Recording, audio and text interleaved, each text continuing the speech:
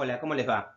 Soy Mariano Escándar y me parece bastante importante poder aprovechar que tenemos ahora este espacio tan fácil para contactarnos, que es la virtualidad, a través de videos como este, para dedicarle un rato a pensar un poco cómo estamos trabajando y cómo tenemos que trabajar en evaluaciones neuropsicológicas en el contexto de la pandemia, ¿sí?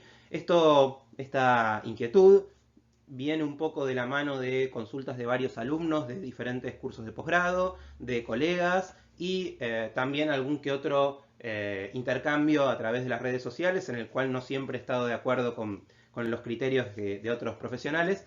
Y bueno, una de las cosas que me parece importante es poder plantearles que este es mi criterio, no es que sea necesariamente una cuestión en la cual todos tengamos que coincidir.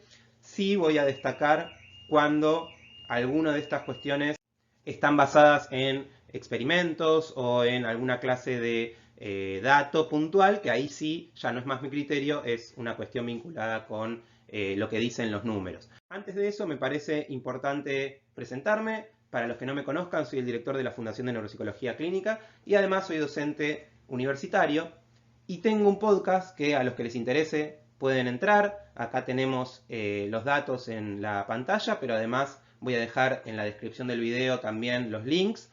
Es un podcast que a mí me gusta mucho y que hago con mucho placer, en el cual charlo a veces con algunos colegas y a veces doy alguna clase de pequeño monólogo sobre algún tema en particular, como en general vinculado con lo que sabemos hoy por hoy del funcionamiento del cerebro o de las psicoterapias, etc.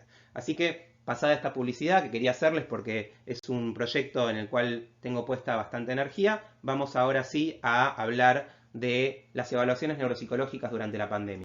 Empecemos por pensar un poco qué cosas sabemos. Primero, sabemos que el 99,9% de las normas que tenemos de test están hechos en aplicaciones presenciales y que eso es en sí mismo un tema que hay que tener presente. Existen algunas pruebas computadas, varias pruebas computadas, que obviamente sí tienen baremos en computadoras, pero ahí también hay que tener en cuenta que la mayor parte de esas pruebas computadas fueron diseñadas pensando en el trabajo con pacientes en el consultorio, en el cual uno le decía al paciente, sentate acá, fíjate, te van a aparecer en la pantalla determinados estímulos. Y esto es muy importante porque en algunas pruebas, por ejemplo las pruebas atencionales como el test, el CPT de Conners, está comprobado que si uno deja al paciente solo en el consultorio trabajando o si uno está al lado mirándolo, eso cambia completamente los resultados. Quizás no completamente, pero altera los resultados. Entonces, lo que estaríamos haciendo nosotros, aún en la eventualidad de que lográramos que el paciente hiciera un test de atención continua a través de la computadora, tiene que contemplar eso, ¿sí? Eh, en segundo lugar, hay algún dato concreto, algunas investigaciones hechas, que es verdad que son pocas, pero que muestran que en pequeños grupos de estudio se han hallado diferencias casi imperceptibles en los ítems verbales de algunas baterías, como por ejemplo las pruebas Bechler, entre administración presencial y administración vía teleconferencia. Entonces, claramente, en ese sentido, no hay que ser más papista que el Papa. Uno puede pensar que tomarle a una persona semejanzas a través de la computadora es bastante lógico, pero que hay que ser muy cauto en otro tipo de pruebas que no son verbales, y hay ciertos bemoles que sí hay que tener en cuenta y de los que vamos a hablar en breve, ¿sí? Porque, por ejemplo, aun cuando no esperemos una respuesta motora, luego lo que tenemos es claramente un problema mucho más grande cuando estamos administrando pruebas en las cuales, aunque la respuesta sea verbal, la persona tiene que poder ver el estímulo. ¿Por qué esto es un problema? Porque salvo que nosotros tengamos la versión digital original del test, es decir, que la editorial haya brindado archivos en formato JPG o en formato PDF con las diferentes técnicas, lo que nosotros vamos a hacer es sacarle una foto o, si podemos, escanear un reactivo y mostrarlo en la pantalla. Siempre que hacemos eso, las cualidades del estímulo se alteran E incluso si nosotros fuéramos los que, compartiendo pantalla, transmitiéramos al paciente un estímulo que tenemos original, digitalizado, etc., no estaríamos pudiendo controlar la calidad de lo que ve el paciente, porque eso va a depender de su monitor, de cómo esté configurado, de la configuración de colores del monitor, etc. Obviamente, nuevamente, hay cosas en las que esto va a ser mucho más grave que en otras, pero sí hay que tener en cuenta que hay algunos estudios que muestran que, por ejemplo, recordar estímulos vistos en pantallas no es exactamente lo mismo que recordar estímulos vistos en un papel.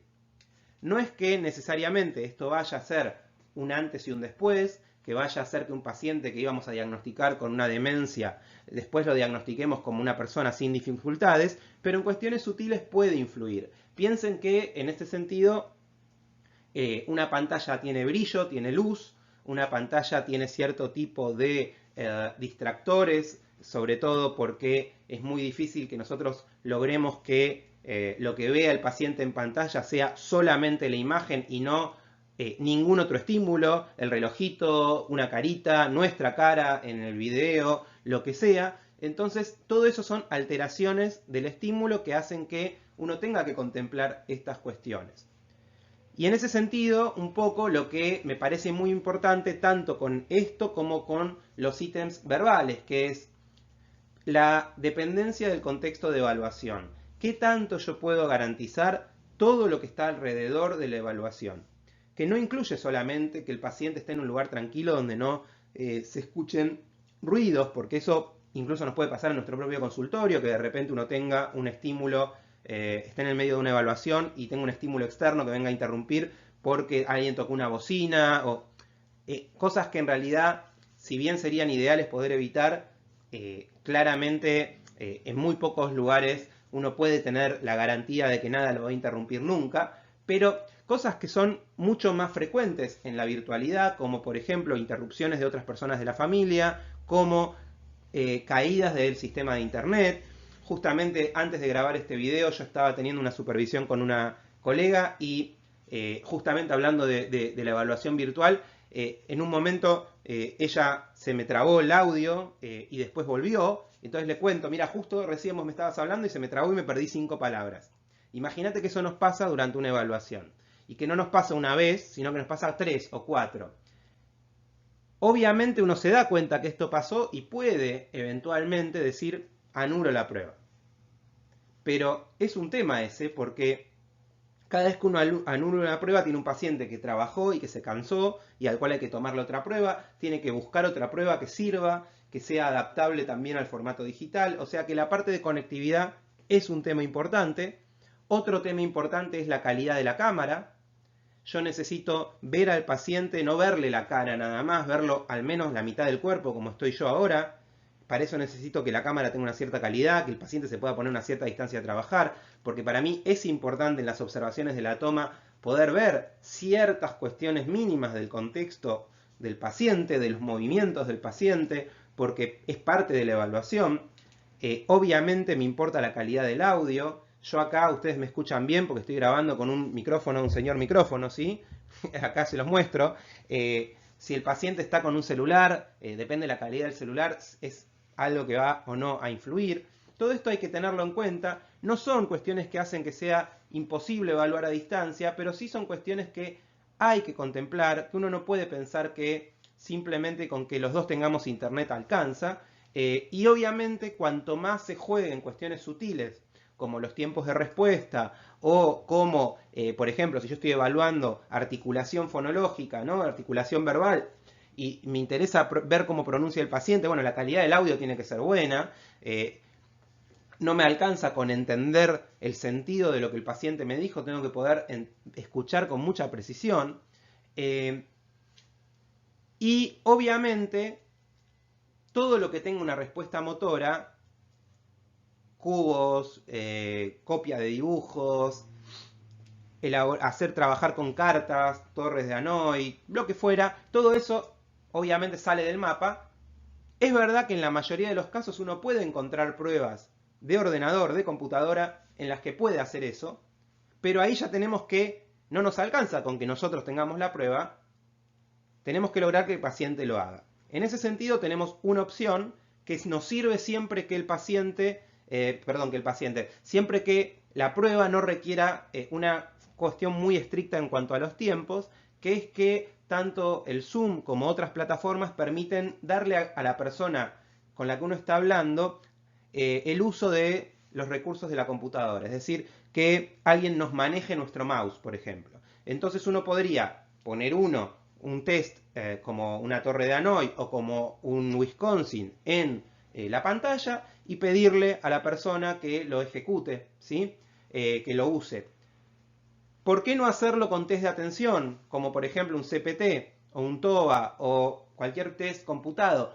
Porque entre el ida y vuelta de la información va a haber un desfasaje de milisegundos que va a hacer que el test no entienda por qué todas las respuestas son más lentas y nos va a dar todos los tiempos de reacción bajos. En todo caso, lo que uno podría hacer es pedirle al paciente que lo haga, si realmente uno cree que es lo mejor, y eventualmente tomar en cuenta solamente algunas variables, por ejemplo, omisiones y comisiones, pero no tomar en cuenta tiempos de reacción, variabilidad de los tiempos de reacción, etc. Sería tener muy pocos datos para tanta prueba. ¿Qué sería mejor en ese caso? Entrenar a alguien. Por ejemplo, sentarse una sesión con un familiar, decirle, mira, yo te voy a pasar determinado material para que lo imprimas con buena calidad, por ejemplo, un test de cancelación, te voy a pedir que se lo muestres al paciente y que le pidas que tache todas las letras X que encuentre y que cuando pasen X cantidad de minutos le retires la hoja. Eso sería mejor. Ahora, también tiene un problema. Yo no sé si a alguno de ustedes le pasó, pero yo una vez cometí el error de querer tomarle a mi hija una pruebita. Ella me lo pidió, yo había venido a visitarme al consultorio, entonces me dijo, ¿para qué es esto? Y yo le dije, es una pruebita, bueno, tomámela, y yo le dije, bueno, dale. Salió cualquier cosa. Porque es mi hija, porque no se lo tomaba en serio, porque me hacía comentarios. Entonces, obviamente, si yo tengo un adolescente o un adulto, puede hacer la disociación de decir, bueno, ahora mi papá no es más mi papá por un rato, me está ayudando con una cosa, pero en niños esto es muy difícil.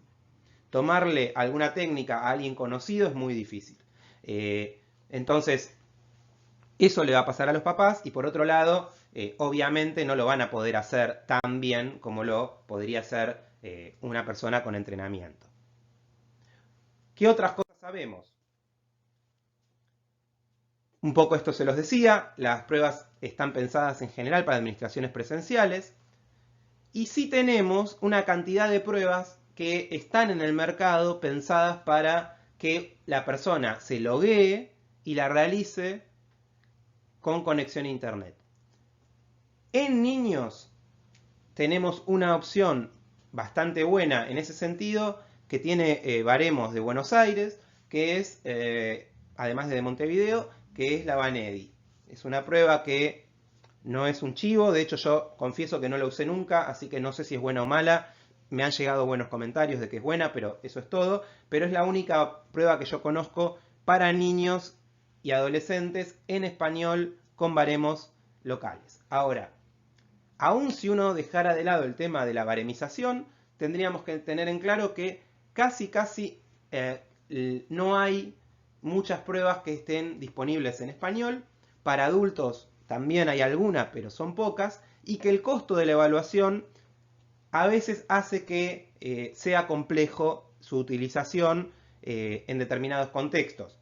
En cuanto al costo, estamos hablando de la mayoría de las veces que nos suma alrededor de entre 20 y 40 dólares, depende de la prueba que uno elija, a la evaluación, lo cual hace que, dependiendo el contexto en el que uno trabaje, se haga un poco inviable. Obviamente, si uno está trabajando en un organismo público y el organismo público no pone dinero para pagar eso, lo terminaría pagando uno y obviamente estaríamos no solamente ganando lo que solemos ganar cuando trabajamos en instituciones públicas, que no es una fortuna, sino pagando de nuestro bolsillo la evaluación. Y cuando trabajamos en el contexto privado, igualmente nos requeriría muchas veces tener que aumentar el costo de la evaluación, un porcentaje que hay que ver hasta qué punto se puede afrontar. Tampoco son la gloria, nunca, porque obviamente cuando uno hace una evaluación neuropsicológica, tradicionalmente uno arma una batería ecléctica para el paciente pensando en qué es lo que a este paciente en particular le viene bien y qué es lo que queremos evaluar en este paciente en particular, y acá estaríamos delante de un escenario completamente diferente en el cual estaríamos eligiendo por descarte lo único que tenemos para evaluar. Obviamente es mejor que nada, pero tiene muchas limitaciones.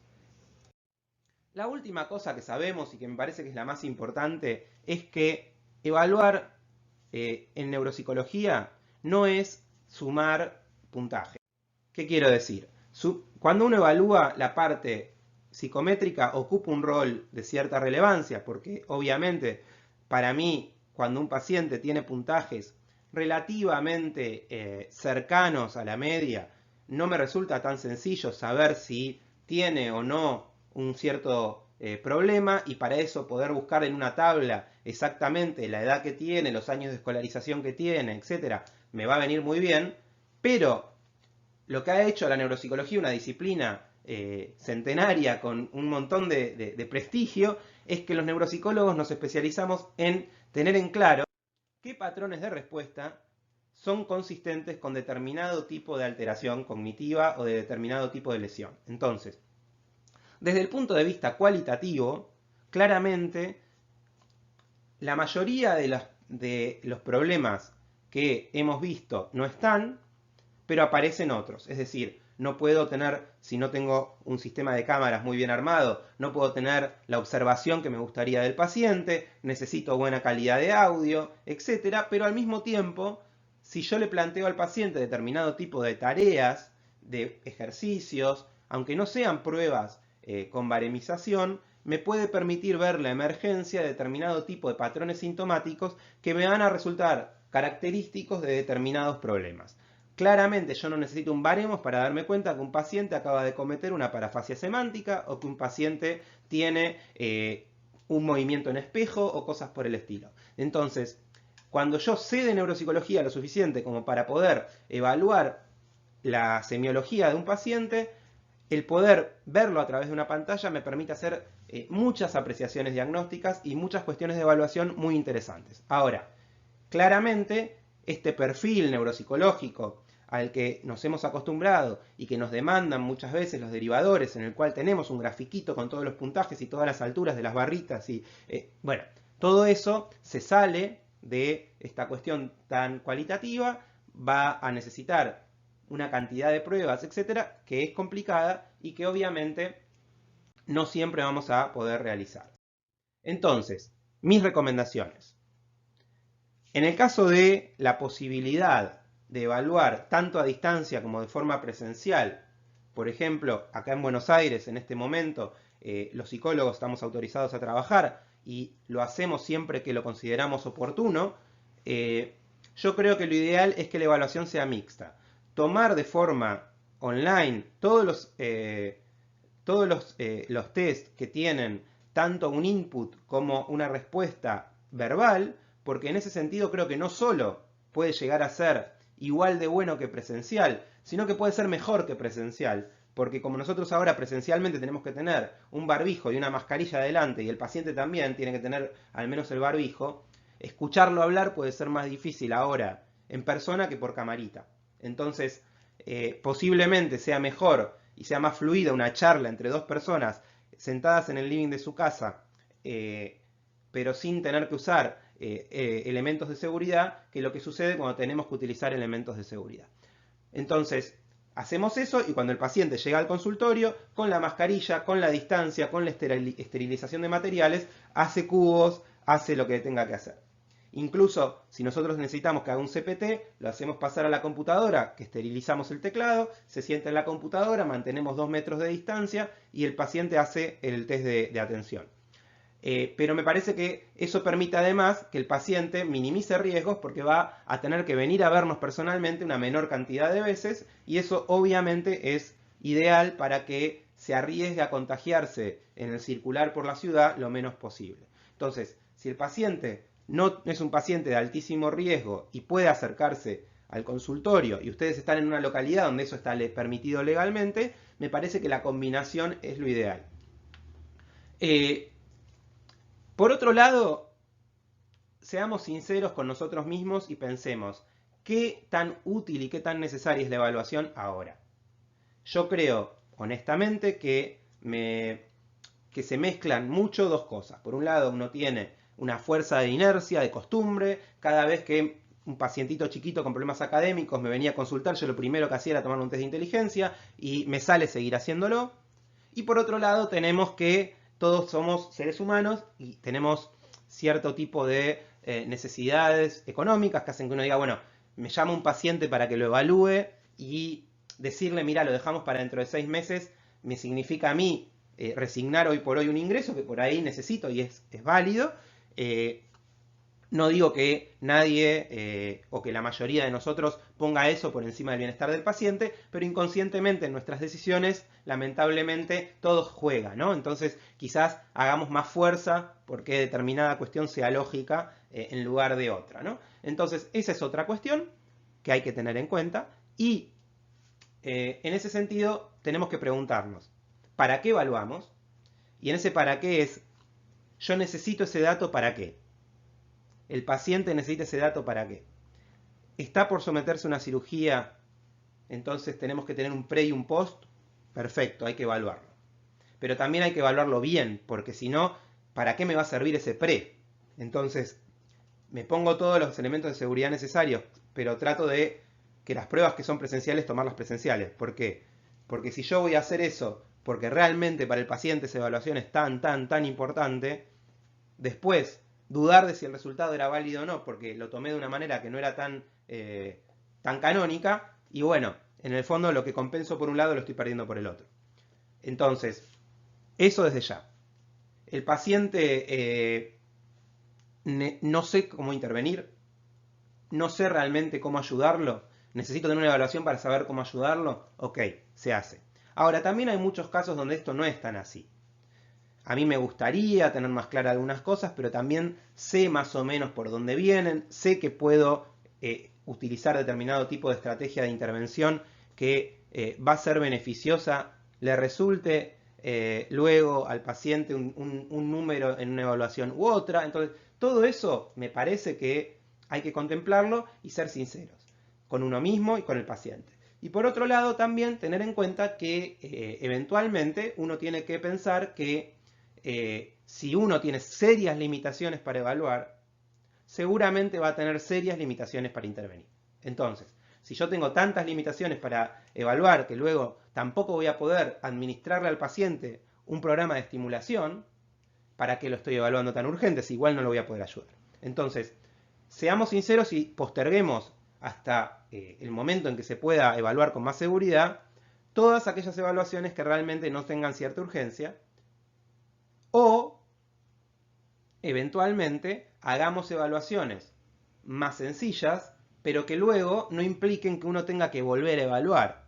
Hagamos pequeñas evaluaciones, hagamos evaluaciones más cortas, que nos permitan saber para dónde vamos, démosle el carácter de provisional que tienen y luego evaluaremos más a fondo, con suerte, dentro de un tiempo.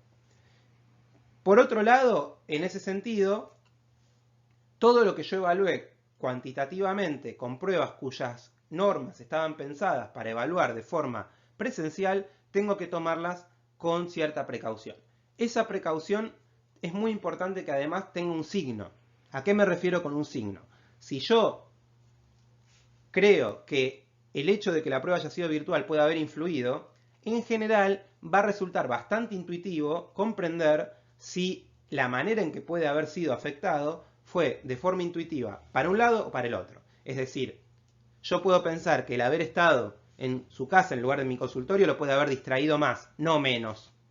Entonces la prueba de atención tiene que haberle dado igual o peor, no igual o mejor. Entonces si el paciente la hace bien, yo me quedo tranquilo. Ahora, a veces puede pasar lo inverso. Puede pasar que el que la mamá haya estado al lado haciendo de soporte en algún punto, porque necesitábamos que el paciente no esté solo con la computadora, puede haber sido un facilitador, por ejemplo, de su control inhibitorio. Entonces, puede ser que ciertas pruebas las haya hecho mejor, no peor. Entonces, una de las cosas que yo me tengo que poder plantear es el sesgo para dónde va, ¿sí? Vinculado con lo anterior, me tengo que poder plantear también si me parece que todo aquello que yo estuve evaluando cualitativamente me guía hacia algún lugar. No importa si el paciente leyó 20 palabras y se equivocó en 2 o se equivocó en 4. Me importa cómo se equivocó. Ese patrón de errores en la lectura, ¿es un patrón típico de una dislexia o no? Entonces, siempre me va a importar más el cómo que el cuánto, cuando yo encima no puedo confiar en los números tanto. Me quedó versito. Pero eso es lo mismo que nos pasa cuando nos vemos obligados a usar una técnica que no tiene validación local. Porque usamos una prueba validada en España, validada en México, validada en Chile, ¿y qué hacemos? Decimos, bueno, me sirve el estímulo para analizar cualitativamente todo, todas las normas las voy a tomar entre paréntesis, ¿sí? Y por otro lado, y por último, y para despedirme, recuperemos las pruebas autoadministradas para muchas cosas. Para funciones ejecutivas, está comprobado en numerosísimas investigaciones que los cuestionarios de funciones ejecutivas, como por ejemplo los cuestionarios Brief, son cuestionarios que tienen una altísima utilidad clínica. Entonces, tengo serios problemas para tomar al paciente un test de Wisconsin, una torre de Hanoi, un test de Stroop, pero tengo una facilidad casi total para que el paciente complete preguntas, para que la mamá o la pareja del paciente completen preguntas. Utilizamos eso. Tenemos también cuestionarios de funcionamiento de la memoria, tenemos un montón de cuestionarios que habitualmente utilizamos como auxiliares o como complementos, pero que pueden cobrar en este contexto más importancia y que pueden cumplir ese papel que yo les decía antes de una evaluación provisional que luego voy a mejorar y a complementar en la medida en la cual volvamos a una cierta normalidad. ¿Sí? Me parece que todo esto es muy, muy importante. Bueno, y ahora, para despedirme, resumimos todo. 1. Evaluemos si hace realmente falta, no evaluemos a todo paciente que nos lo pide o a todo paciente que en otra circunstancia hubiéramos evaluado. 2. Tenemos dos problemas, tratemos de complementar con dos soluciones. Tenemos que no tenemos baremos para evaluar un montón de pruebas a distancia y que preferiríamos evaluar personalmente, pero tenemos otro problema que es que personalmente tenemos que ponernos un montón de cosas de seguridad que hacen que no podamos estar con la fluidez que estaríamos personalmente. Complementemos y tomemos todo lo que es mejor poder hablarlo tranquilos, sin mascarilla puesta a distancia, y todo lo que necesitamos al paciente en el lugar presencial, y entonces el paciente sale menos de su casa, pero también se evalúa mejor. 3. Utilicemos más cuestionarios y posterguemos evaluaciones que pueden ser postergadas sustituyéndolas por cuestionarios en la medida en que eso es posible y es aceptable. 4. Utilicemos en la medida también de lo que se pueda técnicas que permitan evaluar a través de métodos online cuando no tenemos la limitante económica y cuando encontramos para un determinado paciente las pruebas que nos gustaría tener.